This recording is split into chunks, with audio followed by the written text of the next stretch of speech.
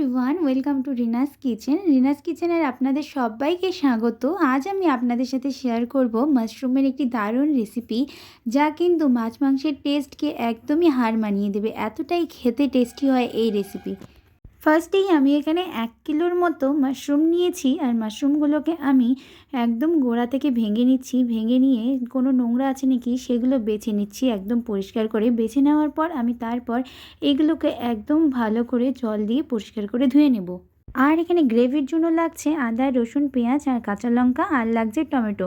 আমি টমেটো বাদে পেঁয়াজ, কাঁচা লঙ্কা, আদা আর রসুনকে গ্রাইন্ড করে নিয়েছি। এবার একটা কড়াইয়ে দিয়ে দিয়েছি পরিমাণ মতো তেল। তেল গরম হয়ে গেলে ধুয়ে বেছে রাখা মাশরুমগুলোকে আমি তেলের মধ্যেই দিয়ে দিলাম।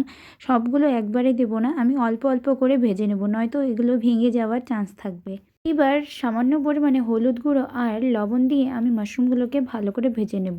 খুব একটা লাল করার দরকার নেই, তবে সামান্য লাল লাল করে ভেজে নিলেই হবে। মাশরুমগুলো ভাজা হয়ে গেছে, এবার আমি মাশরুমগুলোকে তুলে নিচ্ছি। আমি একটা ঝাঁঝরার সাহায্যে মাশরুমগুলো তুলে নিচ্ছি, যেন এক্সট্রা তেলটা বেরিয়ে যায়। আমি সমস্ত মাশরুমগুলো ভেজে নিয়েছি। এখানে কিন্তু সম্পূর্ণ 1 বাটি মাশরুম ছিল, ভেজে নেওয়ার পর কমে গিয়ে হাফ বাটি হয়ে গেছে। তো আমি সেম কড়াইয়ে তেজপাতা আর শুকনো লঙ্কা ফোড়ন দিয়ে দিয়েছি।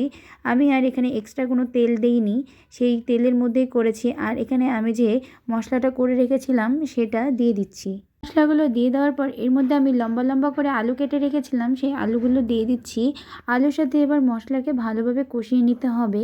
আমি আলুগুলো পরেই দিলাম, কারণ এখন কিন্তু আলু সেদ্ধ হওয়ার কোনো ব্যাপার নেই, যেহেতু এগুলো নতুন আলু, খুব সহজেই সেদ্ধ হয়ে যাবে। তো আলুর সাথে আমি গ্রেভিকে ভালো করে মিক্স করে নিচ্ছি।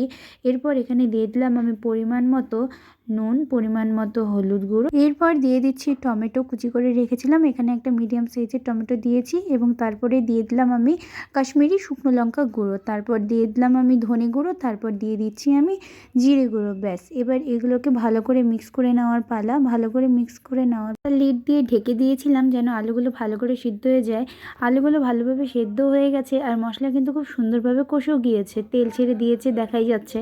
এইবার ভেজে রাখা মাশরুমগুলো আমি দিয়ে দিলাম গ্রেভির মধ্যে। এইবার মাশরুমের সাথে গ্রেভি একদম ভালোভাবে মিক্স করে নেব। মিক্স করে নেওয়ার পর আমি এখানে পরিমাণ মতো জল দিয়ে দিচ্ছি।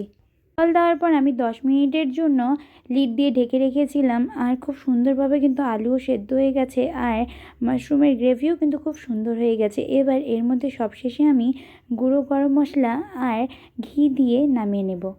বাড়িতে আসা যে কোনো অতিথিদের কিন্তু এইভাবে মাশরুমের রেসিপি বানিয়ে খাওয়ালে তারা কিন্তু অনায়াসে 1 থালা ভাত খেয়ে নেবে, এবং আপনার প্রশংসা করতে কিন্তু একদমই ভুলে যাবে না। এতটাই টেস্ট হয় এই রেসিপি। তো অবশ্যই বাড়িতে ট্রাই করবেন এবং জানাবেন কমেন্টে কেমন হয়েছিল। আর আমার রেসিপিগুলো ভালো লেগে থাকলে অবশ্যই লাইক, কমেন্ট, শেয়ার এবং সাবস্ক্রাইব করে দিয়ে আমার পাশে থাকবেন। And thanks for watching.